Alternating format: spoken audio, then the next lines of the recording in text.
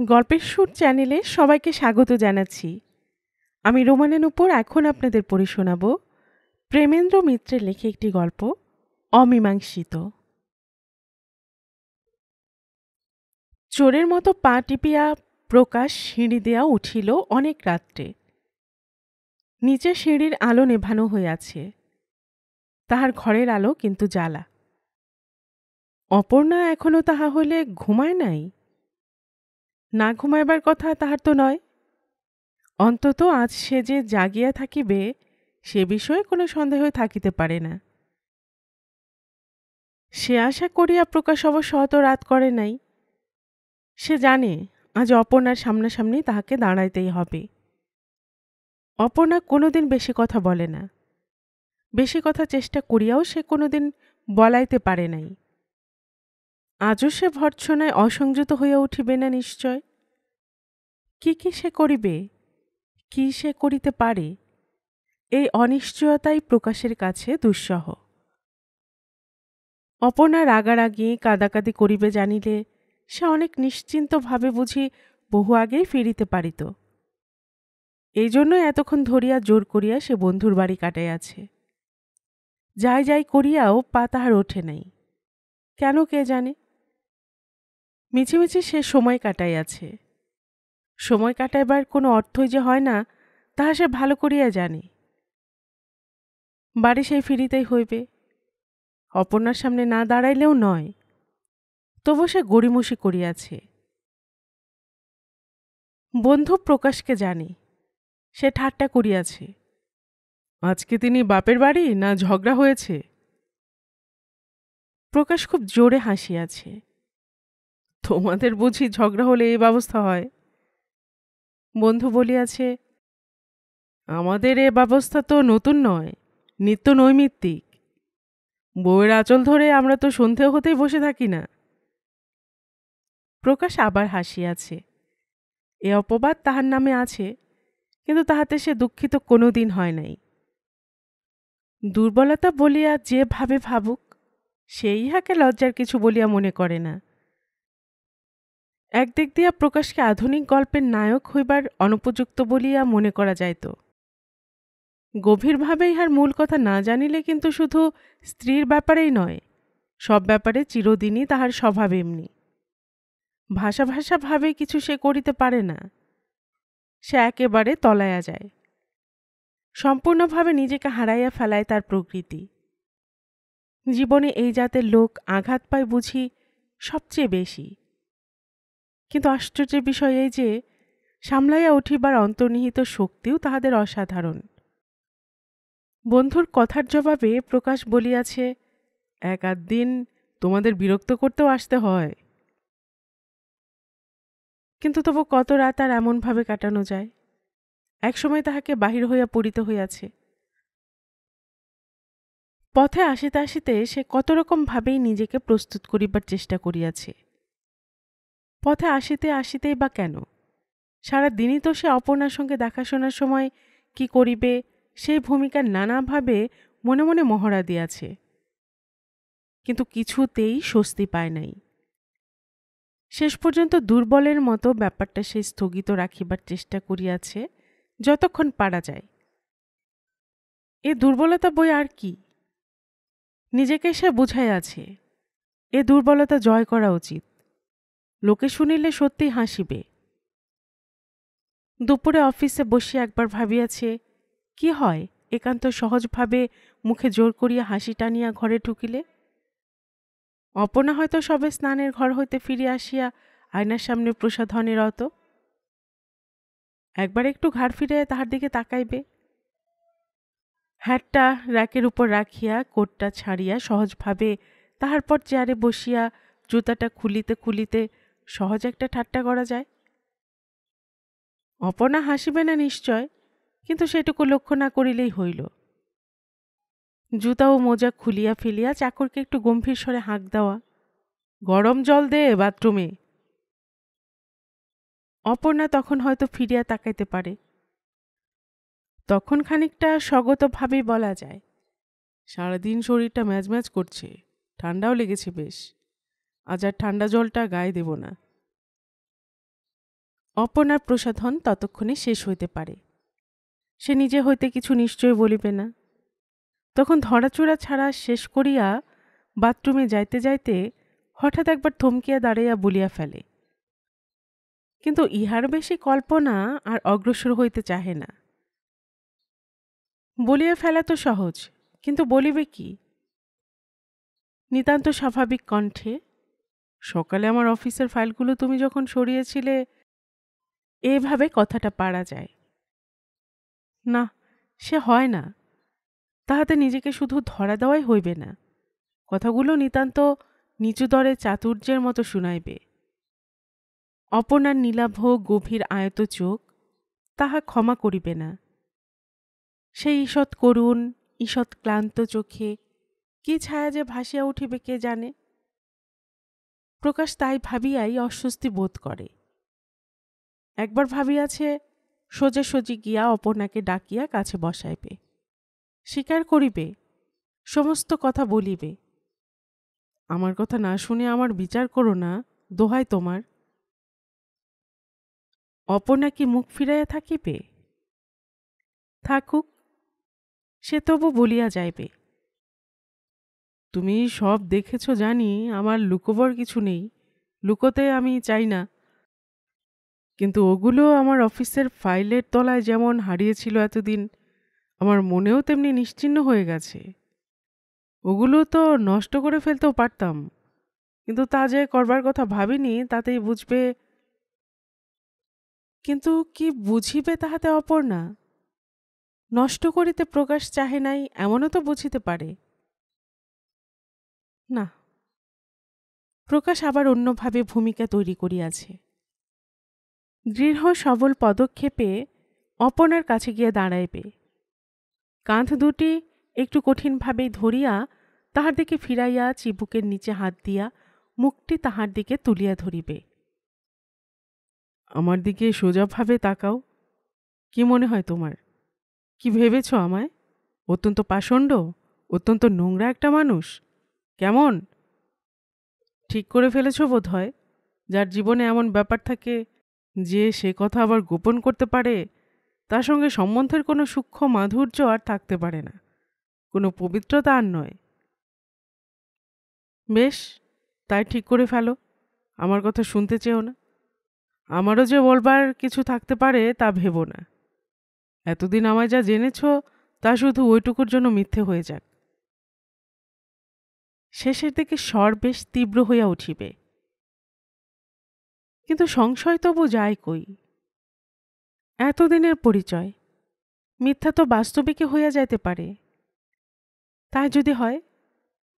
না, সে কথা প্রকাশ ভাবিতে পারে না। তাছাড়া সে জানে অপর্ণার সঙ্গে অমনভাবে কথা বলা যায় না। অপর্ণাকে জোর করিয়া মুখ তুলিয়া চাহিতে বলিতে তো হইবে না। সেই ঈষৎ ক্লান্ত, ঈষৎ করুণ দৃষ্টি সে নিজেই তুলিয়া ধরিবে তাহার মুখে। প্রকাশের সমস্ত কথা কি তাহাতেই স্তব্ধ হইয়া যাইবে না? সত্যই সে দৃষ্টি তাহার কাছে এখনো দূরকেও। বুঝি দৃষ্টির সেই অস্ফুট বিষণ্ণতার সহিত পাতলা ঠোঁট দুটির ঈষৎ ব্যঙ্গের আভাস জড়িত ভঙ্গিমার অপরূপ অসামঞ্জস্যের দরুন অপনার মুখ কোমল, কিন্তু নিছক সারল্যের বর্ণহীন কোমলতা সেখানে নেই। অপনার দৃষ্টি শান্ত, কিন্তু অতল হৃদের মতো। তাহার গভীরতায় যেন বহু যুগের, বহু জীবনের অভিজ্ঞতা সঞ্চিত হইয়া আছে। অপর্ণা কাছে বসিয়াও কোথায় যেন সুদূর। নিজের স্ত্রীকে এমনভাবে দেখিয়া এত কবিত্ব কেহ করে না বোধ হয়। করিলে নাকি আজকাল ভালো শোনায় না। কিন্তু প্রকাশ তাহার স্ত্রীকে ভালোবাসে। সত্যই যেমন করিয়া পুরুষ ভালোবাসিতে পারে, নিজেকে একেবারে হারাইয়া ফেলিয়া সুলভ সঙ্গিনী রূপে কাছে পাইয়া সে দুর্লভ প্রিয়াকে হারায় নাই। সেজন্য তাহার আজ এত অস্থিরতা, উদ্বেগ, অনুশোচনা। সে জানে যে তাহার সমস্ত স্বর্গ ভাঙিয়া যাইতে বসিয়াছে, সব স্বপ্ন, সব আশা। এই আঘাতে যাহা ভাঙিল, কোনো মতে আর তাহা ঠিকমতো জোড়া দেওয়া যাইবে না। যে সূত্র ছিঁড়িয়া গেল, হাজার গ্রন্থি দিয়াও তাহাকে আগের মতো অখণ্ড করা অসম্ভব। তাহাদের উভয়ের মধ্যে চিরন্তন একটি কণ্টকের ব্যবধান রচিত হইয়া গেল।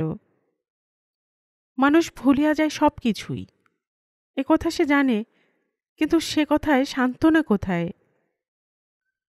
অথচ কিভাবে এই 1 বছর তাহার কাটিয়াছে, তাহাদের আনন্দোজ্জ্বল নির্মেঘ আকাশে কোথাও এতটুকু দুর্ভাবনার বাষ্প পর্যন্ত ছিল না। অপর্ণা একটু বুঝি নিজের মধ্যে গুটাইয়া থাকিতে ভালোবাসে, কিন্তু প্রকাশ নিজের উৎসাহের আতিশয্য দিয়া তাহার অভাব পূরণ করিয়া লইয়াছে। প্রত্যেক মুহূর্তে একটা স্বপ্ন, প্রত্যেক সাক্ষাৎ একটা বিস্ময়।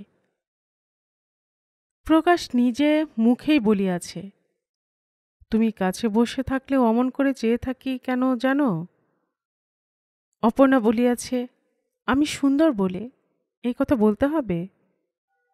না না, তা নয়, শুধু প্রত্যেকবার তোমায় দেখে আমার মনে হয় আগে যেন ঠিক ভালো করে তোমায় দেখিনি। হঠাৎ নতুন দিক থেকে তুমি যেন দেখা দিলে। তোমায় বিয়ে করেছি ভেবে আশ্চর্য হয়ে যাই। সে আমিও যাই বলিয়া একটু হাসিয়া অপর্ণা হয়তো উঠিয়া গিয়াছে। প্রকাশ কোনোদিন হয়তো বলিয়াছে, আচ্ছা, তোমার সঙ্গে বিয়ে যদি আমার না হতো? সে পাতলা ঠোঁটের ভঙ্গিমা বুঝি আর একটু স্পষ্ট হইয়াছে। তাহলে আরেকজনের সঙ্গে হতো? সে কিন্তু আমি ভাবতে পারি না। ভেবে এখন আর কোনো লাভ নেই। না, ঠাট্টা নয়। তোমার সঙ্গে বিয়ে যদি না হতো, অথচ হঠাৎ একদিন কোথাও যদি তোমায় দেখতে পেতাম, অভদ্রের মতো চেয়ে থাকতে তাহলে? প্রকাশ হাসিয়া বলিয়াছে, তা তো থাকতামই, আরও কিছু করতাম বোধ হয়। হুম, তা হতো না। আইন কানুন বড্ড কড়া। দুজনেই এবার হাসিয়াছে। প্রকাশ বলিয়াছে, আমায় বোধহয় তুমি লক্ষ্যই করতে না, কেমন? না করারই তো কথা, সেইটাই শোভন হতো না কি? প্রকাশ কথার সুরে আবার হাসিয়াছে। সত্যি সে দিনগুলি প্রকাশের নেশার মতো কাটিয়াছে, তেমনিভাবেই চিরদিন কাটাইতে সে চায়। এমন সামান্য একটু ত্রুটির জন্য, সামান্য একটু ভুলের দরুন স্বপ্নের মতো সেদিন মিলাইয়া যাইবে, এ চিন্তা অসহ্য। অনায়াসে চিঠিগুলি কবে সে পুড়াইয়া ফেলিতে তো পারিত। ড্রয়ারের মধ্যে তাহার অফিসের ফাইলের তলায় সেগুলি চাপা আছে, তাহা সে সত্যই ভুলিয়া গিয়াছিল। এগুলি যত্ন করিয়া সে রাখিয়া দেয় নাই। বিবাহের পর একদিন ফেলিয়া দিবে বলিয়াই ঠিক করিয়াছিল। তারপর সম্পূর্ণভাবে বিস্মৃত হইয়াছে। তাহার জীবনে আজ সত্যি এগুলোর কোনো চিহ্ন নাই। কিন্তু সেগুলি পড়িয়া অপর্ণা তাহা বুঝিবে কি? বোঝা সম্ভব তো নয়। সে চিঠির ভাষা, আবেগ, বর্ণনা সমস্তই তাহার বিরুদ্ধে নিষ্ঠুরভাবে সাক্ষ্য দেবে। একদিন অমন জটিল সমৃদ্ধের জালে যাহার সহিত জড়াইয়া পড়িয়াছিল, তাহার স্মৃতি পর্যন্ত যে জীবন হইতে একেবারে মুছিয়া গিয়াছে, একথা কে বিশ্বাস করিবে? প্রকাশ নিজেই হয়তো অপরের বেলায় তাহা করিত না, কিন্তু তবু এ কথা যে একান্তভাবে সত্য, প্রকাশ নিজেই অবাক হইয়া যায়। কোনো দাগ তো তাহার মনে নাই। সেসব যেন আরেক জীবন, অন্য কাহারও জীবনের কাহিনী। বইয়ে পড়া কোনো গল্পের মতো সেসব দিন তাহার কাছে অস্পষ্ট, দূরের হইয়া গেছে। একদিন সে যে এমন করিয়া তলাইয়া গিয়াছিল, সেদিনকার আঘাত, বেদনা, আনন্দ অত সত্য ছিল তাহার জীবনে। তাহা ভাবিতে তাহার বিস্ময় লাগে। তাহার প্রকৃতি বুঝিয়েই, কিন্তু সে কথা কে বুঝিবে? অপর্ণা নিশ্চয় নয়। চিঠিগুলি হইতে কি চিত্র সে যে গড়িয়া তুলিবে, তাহা কল্পনা করা কঠিন নয়। সমস্ত জটিলতা, সমস্ত গ্লানি সমেত প্রকাশের অতীত জীবনের একটি অধ্যায় যেভাবে তাহাতে ফুটিয়া উঠিবে, তাহা প্রেমের মূল বিশ্বাসের ভিত্তি দৃঢ় করিতে সাহায্য নিশ্চয় করিবে না। গ্লানি? হ্যাঁ, গ্লানিও সে জীবনে ছিল বই কি। সামাজিক অনুশাসনের মর্যাদা সেদিন ঠিক রক্ষা তো করে নাই। সেদিন সে কথা মনেও হয় নাই। না, সেসব কথা ভাবিলেও ভালো লাগে না প্রকাশের। প্রথম পরিচয়ের সময় অপর্ণাকে সব কথা খুলিয়া বলা কি উচিত ছিল? না, বলে নাই বলে আজও প্রকাশ দুঃখিত নয়। সে ধরনের নির্বুদ্ধিতার প্রতি তাহার কোনো মোহ নাই। তাছাড়া জীবনের যে পরিচ্ছেদ সত্যিই লুপ্ত হইয়া গিয়াছে, তাহাকে অকারণে স্মৃতির স্তর খুঁড়িয়া বাহির করার মূঢ়তা ছাড়া আর কিছুই প্রকাশ পায় না। কিন্তু কি আকস্মিকভাবে ব্যাপারটা ঘটিয়া গেল। অফিসের তখন বেলা হইয়া গিয়াছে। প্রকাশ খাইতে বসিয়া হঠাৎ বলিয়াছে, ওই যা, ভুল হয়ে গেছে। একটা কাজ করো লক্ষ্মীটি, আমার ড্রয়ারটা খোলো গিয়ে। প্রথমেই গোটা 2 ফাইল পাবে। তার নিচে একটা ছোট নোট বই আছে, নীল মলাট। সেটা আমার ফোলিও ব্যাগে ভরে রাখো গে। রোজ নিয়ে যেতে ভুল হয়ে যাচ্ছে। এখন মনে পড়েছে, আবার যাবার সময় হয়তো ভুলে যাব। খাওয়ার পর ঘরে ঢুকিয়া খোলা দেরাজের দিকে চাহিয়া প্রকাশ স্তম্ভিত হইয়া গিয়াছে। এমনভাবে দৈব তাহার বিরুদ্ধে বাদ সাধিতে পারে, ইহা তাহার স্বপ্নেও অগোচর ছিল। দেরাজের উপর খোলা চিঠিগুলো ইতস্ততভাবে ছড়ানো। যে রমেশের সুতা দিয়া সেগুলো বাঁধা ছিল, সেটা ধারে পড়িয়া আছে। খামহীন খোলা চিঠি। লেখাগুলি অস্পষ্টও নয়। দূর হইতে দাঁড়াইয়া চেষ্টা করিলে তাহার কয়েক ছত্র বেশ পড়া যায়। আর কিছু পড়িবার প্রয়োজন নাই। শুধু সম্বোধনটুকুই তাহাদের পরিচয় জ্ঞাপন করিয়া কৌতূহল জাগ্রত করিবার পক্ষে যথেষ্ট। ড্রয়ারের তলা হইতে যাহার হাতে এ লেখাগুলি বাহির হইয়া আসিয়াছে, চেষ্টা করিলেও সে বুঝি এগুলি না লক্ষ্য করিয়া পারে না। প্রকাশ শঙ্কিত ব্যাকুলভাবে ঘরের চারিদিকে তাকাইয়া আছে। না, অপর্ণা কোথাও নাই। তাহার পর আর কিছু ভাবিবার অবসর নিজেকে সে দেয় নাই। সমস্ত চিন্তা তাহার গুলাইয়া গিয়াছে। শুধু এটুকু সে বুঝিয়াছে অস্পষ্টভাবে যে এই অবস্থায় সে অপর্ণার সম্মুখীন হইতে পারে না। তাড়াতাড়ি চিঠিগুলো কোনো মতে ড্রয়ারের তলাতে রাখিয়া দিয়া ফোলিও ব্যাগ লইয়া সে বাহির হইয়া পড়িয়াছে। অপর্ণার সহিত দেখা এখন কিছুতেই যেন না হয়। অপর্ণা হয়তো নিজেই এই অপ্রত্যাশিত নিদারুণ আঘাতের পর তাহার সামনে আসিতে চাহে না। না আসুক, তাহাকে পূর্বেই বাহির হইয়া পড়িতেই হইবে। এই মুহূর্তের সমস্ত চিন্তায় তাহার জট পাকাইয়া গিয়াছে। অপর্ণার সম্মুখে দাঁড়ানো এখন অসম্ভব। একবার বাহির হইবার পর একটু সামলাইয়া লইয়া ধীরে সুস্থে তাহাকে একটা কিছু ভাবিয়া ঠিক করিতে হইবে। কিন্তু ঠিক আর সমস্ত দিনেও হয় নাই। কোনো কিছুই সে ভাবিয়া পায় নাই। কোনো লুকোচুরি মিথ্যা ভাষণের কথা অবশ্য সে ভাবিতেও পারে না। অস্বীকার করিয়া ব্যাপারটা উড়াইয়া দিবার কোনো কল্পনাই তাহার নাই।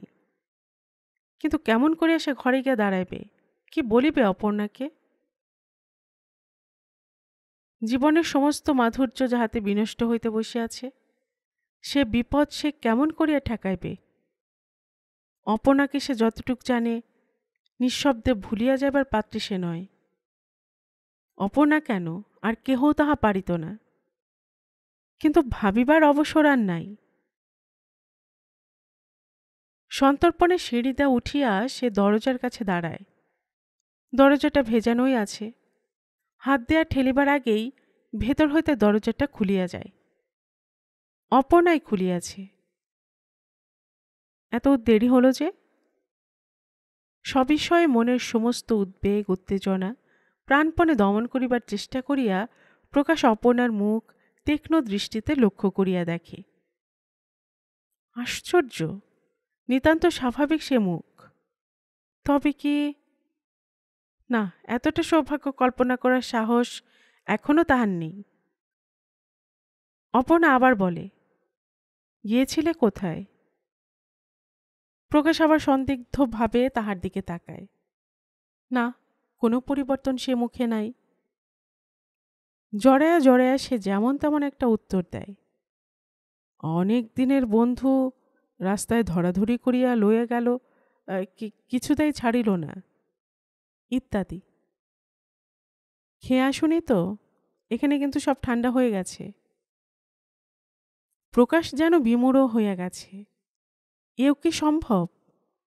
না, এখনও নিজের এরকম সৌভাগ্য বিশ্বাস করতে তাহার প্রবৃত্তি হয় না যে এমনও কি হইতে পারে যে অপর্ণা ফাইলগুলি ঘাটিবার সময় চিঠিগুলি বাহির হইয়া গিয়াছে, কিন্তু সে নিজে কিছুই পড়ে নাই। কিন্তু তাছাড়া এই আচরণের আর কোনো অর্থ না হইতে পারে না। তাহা না হলে কোথাও এতটুকু পরিবর্তন তাহার মুখের নিশ্চয় চোখে পড়িত। সমস্ত দিনের নিদারুণ উদ্বেগের পর নিশ্চিন্ততার এই অপ্রত্যাশিত স্বাদ, মুক্তির এই আনন্দ ও দুঃসহ। প্রকাশ বুঝি নিজের বুকের উদ্বেগ উল্লাস গোপন করিতে পারিবে না। উৎসাহ ভরে হঠাৎ সে বলিয়া ফেলে, না খাইয়ে আবার ছাড়ে? আজ আর ও নাম করো না। তুমি খাওনি তো? তোমার আগে কি আমার খেতে আছে? প্রকাশ হাসিয়া বলে, নেই, কে বলেছে? আর খেতে নেই বলেই খাও না নাকি? তাই বললে বা দোষ কি? বলিয়া অপর্ণা হাসিয়া বাহির হইয়া যায়। প্রকাশ পোশাক পরিবর্তন করিবার আয়োজন করে। অনিশ্চয়তা সে দুঃসহ যন্ত্রণা তাহার গিয়াছে, কিন্তু এখনও সে বিমূঢ়। ব্যাপারটা সে ভালো করিয়া এখনও উপলব্ধি করিতে পারিতেছে না। রাত্রে বিছানায় শুইয়াও প্রথমে তাহার ঘুম আসিতে চায় না। অপর্ণা অনেকক্ষণ ঘুমাইয়া পড়িয়াছে, নির্বিকার শান্ত মুখ।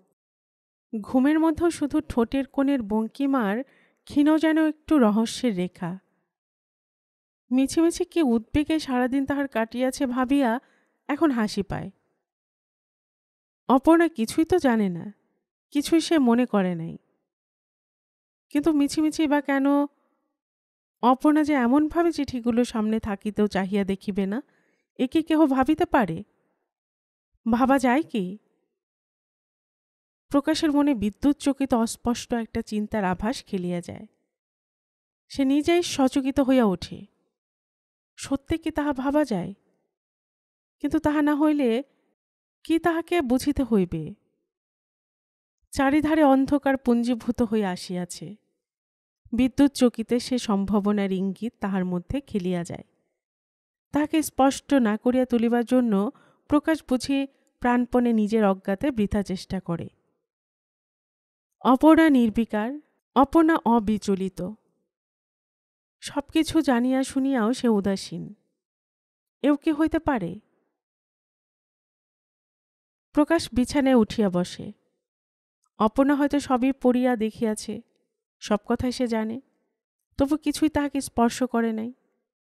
এমন একটা ব্যাপারও তাহার মনে কোনো রেখাপাত করে না, তাহার জীবনে প্রকাশের স্থান এতই সামান্য। প্রকাশের মনের ভেতর দিয়া অপর্ণার সহিত বিবাহিত জীবনের ইতিহাস নতুন আলোকে দ্রুত গতিতে ভাসিয়া যায়। অপর্ণার সমস্ত আচরণ, সমস্ত কথারই নতুন অর্থ যেন তাহাতে ফুটিয়া উঠিতেছে। অপর্ণা কি চিরদিনই সুদূর নয়? প্রকাশ তাহার নিজের আবেগ ব্যাকুলতার আতিশয্যে কি চিরদিন সে দূরত্ব সম্বন্ধে অচেতন ছিল না? এ নিদারুণ সন্দেহের কেমন করিয়া মীমাংসা হইবে? মীমাংসার কোনো উপায় যে নাই। চিরদিন মৌন থাকিয়া এ সন্দেহের অবিরাম দহনে তিলে তিলে দগ্ধ হইতে হইবে। অপর্ণা গভীর আঘাত পাইয়াছে মনে করিয়া তাহার সমস্ত দিন উৎকণ্ঠিত ও বেদনা জর্জর হইয়া গেছে। অপর্ণা কোনো আঘাত পায় নাই সন্দেহ করিয়া তার সমস্ত জীবন যে বিষাক্ত হইয়া গেল। গল্পের সুর চ্যানেলে এতক্ষণ আপনারা শুনছিলেন প্রেমেন্দ্র মিত্রের লেখে একটি গল্প, অমীমাংসিত। আর এতক্ষণ গল্প পাঠে আমি আপনাদের সাথে ছিলাম রোমানা নূপুর। আপনারা যারা গল্পের সুর চ্যানেলের গল্প নতুন শুনছেন, আপনাদের সুবিধার্থে একটি বিনীত অনুরোধ, যদি আপনারা আরও এমন গল্প শুনতে চান তবে নিচে সাবস্ক্রাইব বাটনে একটি ক্লিক করে রাখুন ও একটি লাইক করে রাখুন। এতে এই চ্যানেলের ভিডিওগুলি খুঁজে পেতে আপনাদের সুবিধা হবে। আর পাশে থাকা বেল বাটনটিও চেপে রাখুন, যাতে নতুন কোনো গল্প দেওয়ার সাথে সাথেই আপনাদের কাছে নোটিফিকেশন চলে যায়। সবসময় সবাই খুব ভালো থাকুন, সুস্থ থাকুন ও আনন্দে থাকুন। এই প্রার্থনা রইল।